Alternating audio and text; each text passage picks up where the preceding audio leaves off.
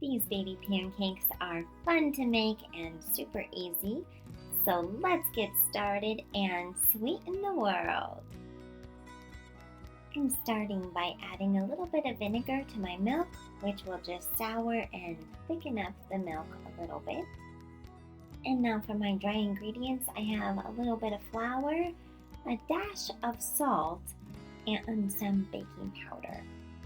I like to put these ingredients into a sifter so that I don't have clumpy pancakes.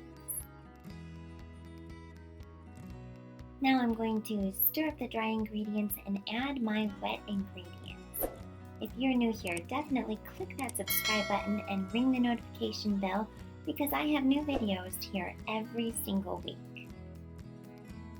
I'm going to stir my pancakes here, but not too much, because if you stir it too much, it'll make your pancakes kind of tough. My favorite way to make these mini pancakes is to put the batter into a piping bag. And I put the bag in a cup to make the bag easier to fill. But if you don't have a piping bag like this, you could of course use a little plastic baggie. I'm putting a tie on the end of my bag so the pancake batter doesn't go out the other end. And then I'm going to just snip a little tiny hole at the bottom. I'm using an electric skillet here and I'm testing to make sure it's nice and hot with a little bit of water.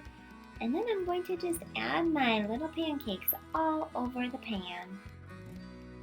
Did you know that these little baby pancakes are extremely popular in the Netherlands? I filled up the entire pan with pancakes and I still have more. My pancakes have little bubbles on the top, so it's time to flip them, and it is so satisfying to flip a whole bunch of mini pancakes. They are done, so I'm just going to transfer them on my plate. Oh my goodness, I made over 100 pancakes with this little recipe. So comment down below and tell me if you are a pancake dunker or are you a pancake syrup pourer over?